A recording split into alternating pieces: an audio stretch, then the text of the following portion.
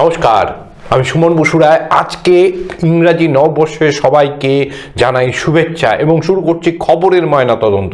আজকে অবশ্যই আমাদের খবরের ময়নাতদন্তের বিষয় রয়েছে SIR, এবং আমরা যদি দেখি তাহলে দেখতে পাবো গতকাল তৃণমূল কংগ্রেসের এক প্রতিনিধি দল তারা কিন্তু মুখ্য নির্বাচন কমিশনারের অফিসে গিয়ে দেখা করেন দিল্লিতে, এবং তিনি তার যে প্রতিনিধি দল সেখানে নেতৃত্ব দিয়েছিলেন সাংসদ অভিষেক ব্যানার্জি।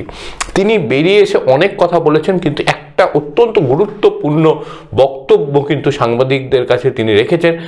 সেটা হলো যে নির্বাচন কমিশন যে SIR এর প্রক্রিয়ার দ্বিতীয় ধাপে যেটা দেখা যাচ্ছে হিয়ারিং পর্ব চলছে, সেখানে একটা গুরুত্বপূর্ণ বিষয় কিন্তু তুলে ধরেন তিনি, যেখানে দেখা যাচ্ছে যে হিয়ারিংয়ে যারা যাচ্ছেন তাদের কাছ থেকে সমস্ত যে কাগজপত্র বা নথি নেওয়া হচ্ছে সেই নথিগুলি কিন্তু রিসিভ করে দেওয়া হচ্ছে না। অর্থাৎ কি কি নথি নেওয়া হলো সেটা কিন্তু রিসিভ করে দেওয়া হচ্ছে না। ফলে একটা আশঙ্কা কিন্তু থাকছে যে SIR প্রক্রিয়ার মাধ্যমে যারা হিয়ারিংয়ে উপস্থিত তারা যে নথি দিচ্ছে সেই নথিগুলি যদি কোনো কারণে হারিয়ে যায় বা কোনো কিছু হয়, এবং যদি বলা হয় যে আপনি হিয়ারিং পর্বে কোনো নথি দেখাতে পারেননি সুতরাং আপনার নাম বাদ যাবে, সেক্ষেত্রে কিন্তু যারা ভোটার রয়েছেন যাদেরকে ডাকা হয়েছে হিয়ারিংয়ে তারা কিন্তু কোনো উত্তর দিতে পারবেন না। তাদের কাছে কোনো প্রমাণ্য নথি থাকবে না যে তারা নির্বাচন কমিশনের কাছে হিয়ারিং পর্বে গিয়ে নথি জমা দিয়েছে। এটা অত্যন্ত গুরুত্বপূর্ণ এবং এটা কিন্তু বাস্তব একটা ঘটনা যে SIR প্রক্রিয়া যা সবাই স্বাগত করছে, যে SIR প্রক্রিয়া হওয়া উচিত, ভারতের নাগরিকরাই শুধুমাত্র ভোটাধিকার প্রাপ্য, বা যারা বাইরে থেকে এসেছেন বা যারা অবৈধ ভোটার তাদের নাম বাদ যাওয়া উচিত, এ বিষয়ে কিন্তু কোনো প্রশ্নচিহ্ন নেই। কিন্তু SIR প্রক্রিয়ার এই যে হিয়ারিং পর্ব, সেখানে কিন্তু দেখা যাচ্ছে অনেক অভিযোগ নির্বাচন কমিশনের কাছে আসছে। তার মধ্যে একটা গুরুত্বপূর্ণ, যারা বৃদ্ধ বৃদ্ধা রয়েছেন, যেহেতু 85 বছরের ঊর্ধ্বে না হলে তাদেরকে কিন্তু হিয়ারিং পর্বে যেতে হবে। কিন্তু এই যে 85 বছর, এটা কিন্তু অত্যন্ত একটা দীর্ঘ সময়, কেন 60 বছরের পরেই কিন্তু অনেকে যারা অবসর নেন বা বৃদ্ধ সিনিয়র সিটিজেন হয়ে যান তাদের কিন্তু অনেক অসুখ বিসুখ দেখা যায়। অনেকেই বিছনায় শয্যাশায়ী থাকেন বা অনেকে কিন্তু বর্তমানে হয়তো অসুস্থ রয়েছেন। তারা যখন নথি জমা দিতে যাচ্ছেন খুব কষ্ট করে কিন্তু নথি জমা দিতে যাচ্ছেন, এবং সেই পরিস্থিতিতেও যদি নথিটা রিসিভ করে না দেওয়া হয় তাহলে কিন্তু স্বাভাবিকভাবেই নির্বাচন কমিশনের দিকে আঙুল উঠতে পারে। কেন, নির্বাচন কমিশনের যারা কাজ করছেন তাদের কোনো ভুলভ্রান্তি হতে পারে। ফলে সেই নথি যদি খুঁজে না পাওয়া যায় তাহলে কিন্তু পুরো দায়ভার নিতে হবে সেই ভোটারকে, এবং তার নাম বাদ চলে যেতে পারে। সুতরাং একটা গভীর একটা কিন্তু আশঙ্কা, এটা কিন্তু দীর্ঘদিন ধরে সাধারণ মানুষ যারা SIR পর্বের হিয়ারিং পর্বে উপস্থিত হচ্ছিলেন তাদেরও একটা দাবি ছিল, সেই দাবি তুলে দেওয়া হয়েছে। কিন্তু আমরা যদি দেখি প্রথম অবস্থায় যখন ফর্ম ফিল আপ করা হচ্ছিল, ফর্ম পৌঁছে দেওয়া হচ্ছিল বাড়িতে বাড়িতে, তখন একটা আশঙ্কা করা হচ্ছিল যে BLOদের উপরে একটা বিশাল চাপ হবে, এবং নির্বাচন কমিশন 7 দিন কিন্তু বেশি দিয়েছিলেন সময় পান তারা সেই ফর্মগুলি সংগ্রহ করে সেগুলোকে অ্যাপসে আপলোড করতে পারে। BLOরা কিন্তু সেই কাজ করেছেন, এবং সেই জন্যই কিন্তু দেখা যাচ্ছে একটা উল্লেখযোগ্য তথ্য কিন্তু এসেছে যে এখনো পর্যন্ত শুধুমাত্র আমরা যদি দেখি 8টি কমপ্লেন কিন্তু এসেছে। এই যে 58 লক্ষ নাম বাদ গিয়েছে তার মধ্যে 8টা কিন্তু শুধুমাত্র 8টা কিন্তু অভিযোগ এসেছে, এবং তার মধ্যে 3টা অভিযোগ এসেছে তৃণমূল কংগ্রেসের পক্ষ থেকে, CPM এর পক্ষ থেকে 2টো অভিযোগ এসেছে, এবং বিজেপির পক্ষ থেকে 1টি অভিযোগ এসেছে।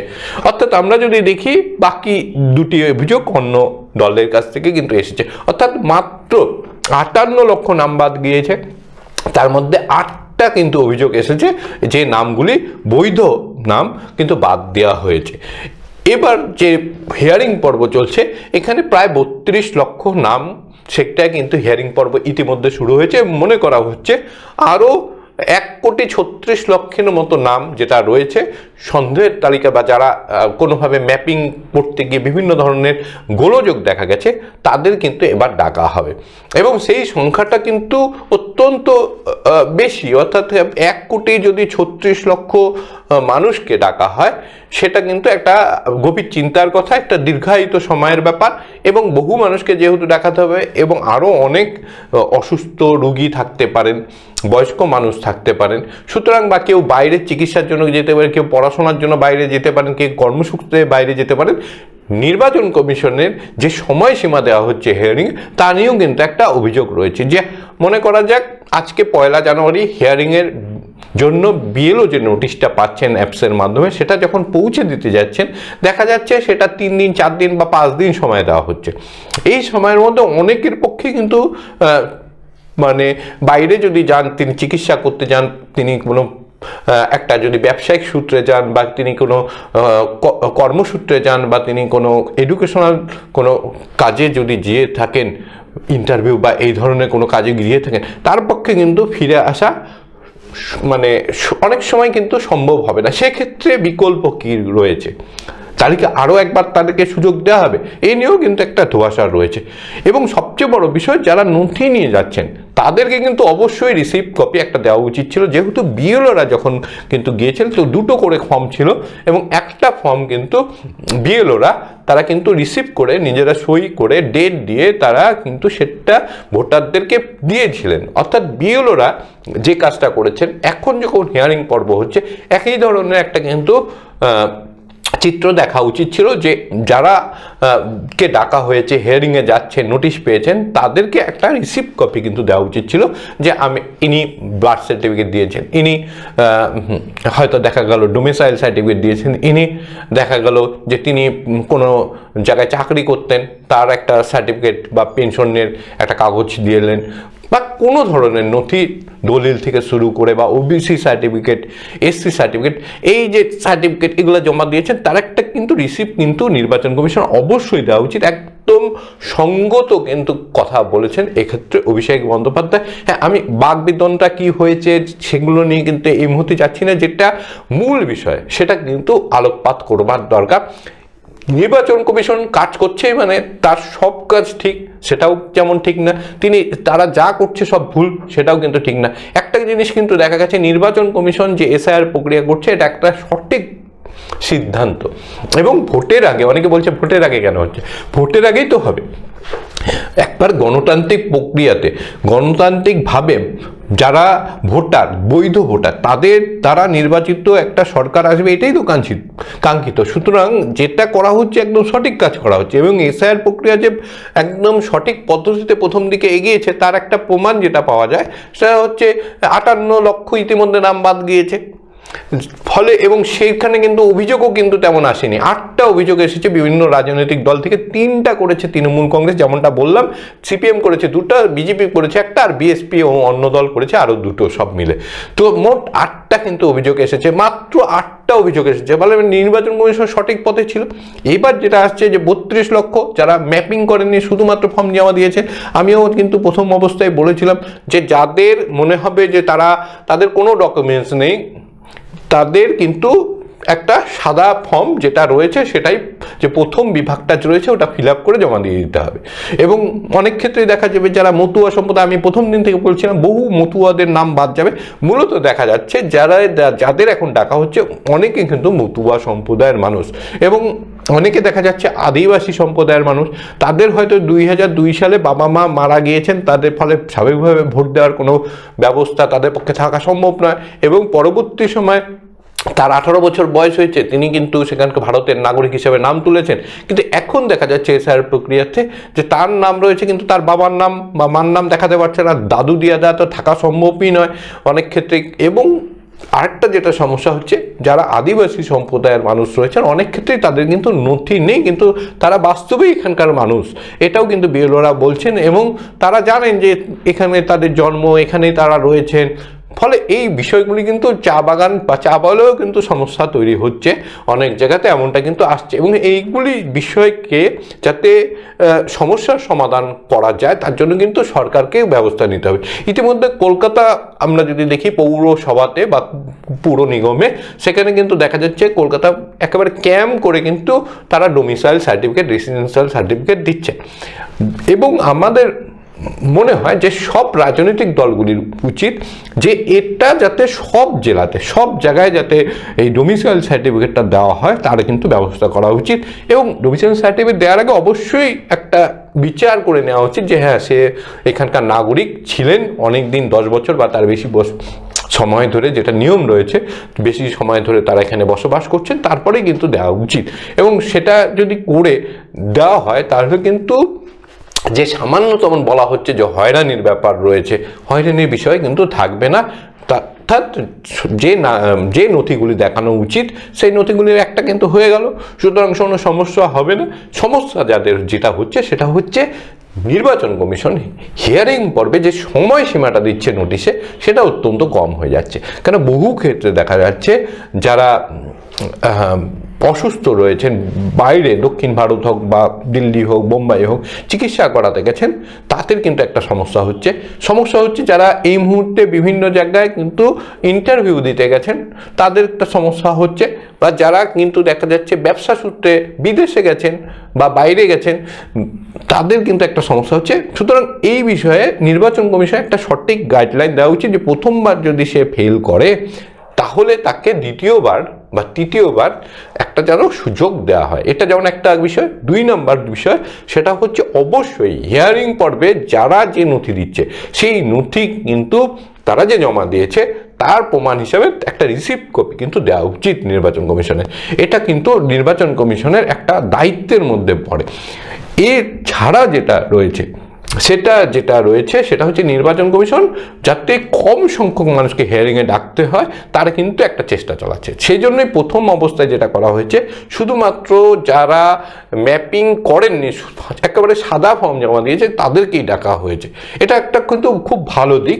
অবশ্যই এটা কিন্তু আমি প্রথমে বলেছিলাম যে 58 লক্ষ এবং সেই সঙ্গে 30 লক্ষ, অর্থাৎ প্রায় 1 কোটি লোককে কিন্তু আমরা যদি দেখি যে বাদ নাম দেওয়ার জায়গাতে কিন্তু রয়েছেন, এবং বাকি যেগুলো রয়েছেন সেগুলিকে গভীর নিরীক্ষণ করা কিন্তু কাজ রয়েছে নির্বাচন কমিশন। এবার আসছে যে 1,36,00,000 যে নাম রয়েছে, তার মধ্যে যেটা দেখা যাচ্ছে তাদের থেকে আমরা যেটা জানতে পারছি, খুব ভালো একটা উদ্যোগ নিয়েছেন। যাদের 2002 সালে নাম ছিল, নিজের নাম ছিল, এবং বা তার বাবার নাম ছিল বা তার মার নাম ছিল বা ঠাকুমার নাম ছিল, ঠাকুরদার নাম ছিল, সেক্ষেত্রে যেটা করতে হবে একটা কিন্তু তারপরে নামের একটা বানানের জন্য হোক বা কুমার থাকার জন্য হোক বা সাধারণ এই ধরনের মিস্টেক বা মোহাম্মদের এমডি না থাকার জন্য হোক বা এই যে সাধারণ ভুলগুলি রয়েছে সেগুলি সংশোধনের জন্য একটা নিজস্ব যে 2002 সালে যে লিস্টে ভোটার লিস্টে নাম ছিল তার অংশ নাম্বার, পার্ট নাম্বার এরকম থাকে, একটা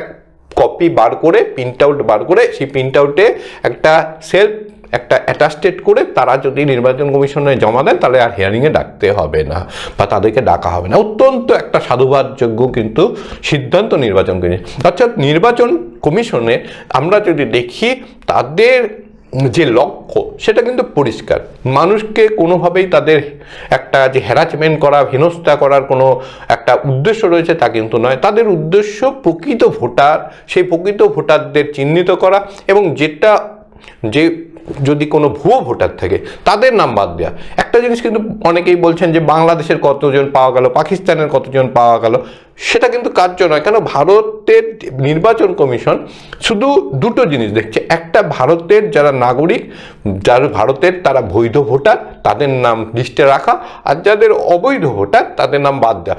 তারা রোহিঙ্গা, তারা বাংলাদেশি, তারা নেপালের বাসিন্দা, তারা ভুটানের বাসিন্দা, কি তারা পাকিস্তানের বাসিন্দা, কি তারা আফগানিস্তানের বাসিন্দা, কি তারা শ্রীলঙ্কার বাসিন্দা, সেটা দেখা কিন্তু নির্বাচন কমিশনের কাজ নয়। তারা জাস্ট এই সেপারেশনটা করে কিন্তু ছেড়ে দেবে, বাকি কাজটা কিন্তু ভারত সরকারের স্বরাষ্ট্র দপ্তরের কাজ। সুতরাং আমরা যদি দেখি নির্বাচন কমিশন তাদের সঠিক পথে এগোচ্ছে, এবং প্রথম দিকেও কিন্তু অনেক ধরনের অভিযোগ ছিল, সেগুলোকে তারা রেকটিফাই করেছে। এবং আমরা যদি দেখি, আমি প্রথম দিন থেকে বলছিলাম যে মতুয়া সম্প্রদায়ের নাম বাদ যাওয়ার একটা কিন্তু সম্ভাবনা রয়েছে। সুতরাং সিএ যে আবেদন, সেই আবেদনটা যাতে দ্রুত করা হয় এবং সেই আবেদনের মাধ্যমে দ্রুত যাতে ভারত সরকারের স্বরাষ্ট্র দপ্তর তাদেরকে নাগরিকত্ব দেওয়া হয় সেই বিষয়টা দেখা উচিত। এবং এই মুহূর্তে কিন্তু দেখা যাচ্ছে যে যদি কারোর কাছে এই নাগরিকত্ব প্রমাণের সার্টিফিকেট থাকে তাহলে কিন্তু তাদেরও নাম কিন্তু থেকে যাবে, কোনো চিন্তার বিষয় নেই। এই বিষয়ে আরও একটা বিষয় কিন্তু রয়েছে, যেহেতু অনেকেই সিএতে আবেদন করেনি, সেইভাবে প্রচার ছিল না, ফলে এই মুহূর্তে যেটা নির্বাচন কমিশনের আরও একটা জিনিস করলে খুব ভালো হবে মতুয়া সম্প্রদায়ের জন্য, বিশেষত এটা বাংলার জন্য দরকার, সেটা হচ্ছে যারাই এই বর্তমানে সিএতে অ্যাপ্লাই করবে একটা নির্দিষ্ট সময়সীমায় দেওয়া উচিত, যে জানুয়ারির 31 তারিখ বা কিছু, তাহলে কিন্তু তাদের জন্য কিছুটা সময় বাড়িয়ে দেওয়া উচিত, যে তাদের একটা নির্দিষ্ট সময় দেওয়া, তারা পাচ্ছে কি পাচ্ছে না সেই সময়টা তাদেরকে একটা দেওয়া উচিত। তারা যদি সিএর মাধ্যমে, সিএ সার্টিফিকেটের মাধ্যমে ভারতের নাগরিকত্ব হয়ে যান, তাহলে তাদের নাম যাতে ঢোকানোর একটা অপশন রাখা হয়। অর্থাৎ এই বিষয়টা একটা যেমন গুরুত্বপূর্ণ বিষয়, একটা আবেদন রয়েছে, যারা সিএতে বর্তমানে আবেদন করছেন তাদের কিন্তু একটা সুযোগ দেওয়া উচিত, এবং তাদের সেই আবেদনের ভিত্তিতেই তাদের আপাতত নাম যাতে বাদ না যায়, এবং যদি পরবর্তীতে তারা সিএ সার্টিফিকেট না পান, তাদের যদি সেটাকে ভারতের স্বরাষ্ট্র দপ্তর যদি মনে করে যে না, এটা প্রত্যাখ্যান করে যে না, এরা কিন্তু ভারতের নাগরিক হওয়ার যোগ্য নয়, তখন কিন্তু তাদের নাম বাদ দেওয়া উচিত। বর্তমানে কিন্তু বাদ দেওয়া উচিত, এটা একটা আমার আবেদন থাকলো। আরেকটা যেটা অভিষেক বন্দ্যোপাধ্যায় বলেছেন, যে যারাই বর্তমানে হিয়ারিং পর্বে যাচ্ছেন তারা যে নথি দিচ্ছেন সেটা কিন্তু লিপিবদ্ধ করা উচিত, যে কে কোন কোন নথি দিচ্ছেন বা কোন নথি দিচ্ছেন সেটা তাদেরকে একটা রিসিপ্ট দেওয়া উচিত। এই দুটি আবেদন কিন্তু আমি বছরের প্রথম দিন নির্বাচন কমিশনের কাছে অবশ্যই রাখলাম, এবং আমার মনে হয় এটা সাধারণ মানুষের দাবি, যাতে নির্বাচন কমিশনের যে লক্ষ্য সেই লক্ষ্য আরও সফল হয়, কেউ যাতে কোনো ধরনের অভিযোগ করতে না পারে, এবং কোনো ভারতের বৈধ ভোটার তাদের মধ্যে যাতে কোনো রকম সংশয় না থাকে। আজকে খবরের ময়নাতদন্ত এ পর্যন্তই। নমস্কার।